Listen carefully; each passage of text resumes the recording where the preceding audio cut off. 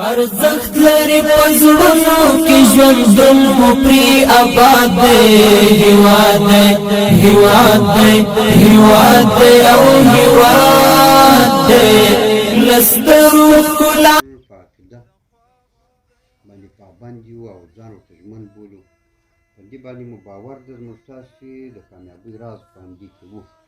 موږ تاسې یو عقیدوي لښکر وو مادي لښکر نه وو چې په مادیاتو باندې راسره راټول یو پر دې خلک سره ورونه سوه الله تعالی راته پټ نعمت راکړی دا الله تعالی په عظیم شان قرآن کې هم دغه نعمت یاد کړی په مسلمانانو باندې دغه احسان یادولې کوي وألف بين قلوبكم لو أنفقت ما في الأرض جميعا ما ألفت بين قلوبهم ولكن الله ألف بينهم دا دې وار د خبره تکرار کړي دا ګور په اهمیت دلالت کوي الله تعالی ستاسو زړونو کې محبت پیدا کړي که تا د مځکې پر مخ ټول څه پسې لګولي وای تا به د دې د زړونو تر مابین محبت نه راوستی الله تعالی محبت راوستی الفت یې راوستی ورورګلوي پکې پیدا دا موږ ته په وخت کې موږ دا مثال وینو 20 کاله دوی د امنیت لپاره څه ترپکې ووهلې دا تېرې فاسدې ادارې ورسره د دنیا د ټولې لښکرې دا د احزاب جګړه وه هغوی هر څه هغه څه وکول چې څه یې په وس کې پرو په تریلیونونو ډالر دلته راغله ولګي د امنیت د تامین لپاره چې حکومت متحکم شي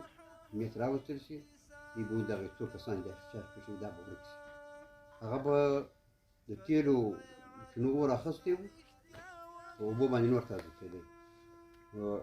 هغه څه یې وکول چې څه زر وو هغه یې استعمال کړو زور هغه یې استعمال کړو خو دغه څه چې الله تعالی ورکوي چاته هغه نعمت دی لاسته را نه ورسره شوی موږ ته الله تعالی لکه دغه چې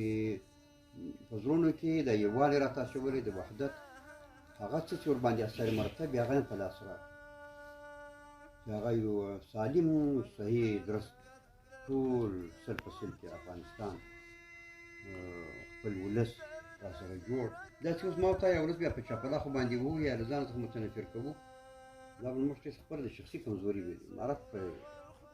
دغه کې په مزاج کې خو دا نشته چې د ولس د لرې کولو دپاره کار وکړي د شیانو د حکومي کولو دپاره د ادارو د خرابولو دپاره کار وشي چې امارت یې جوړوي سموي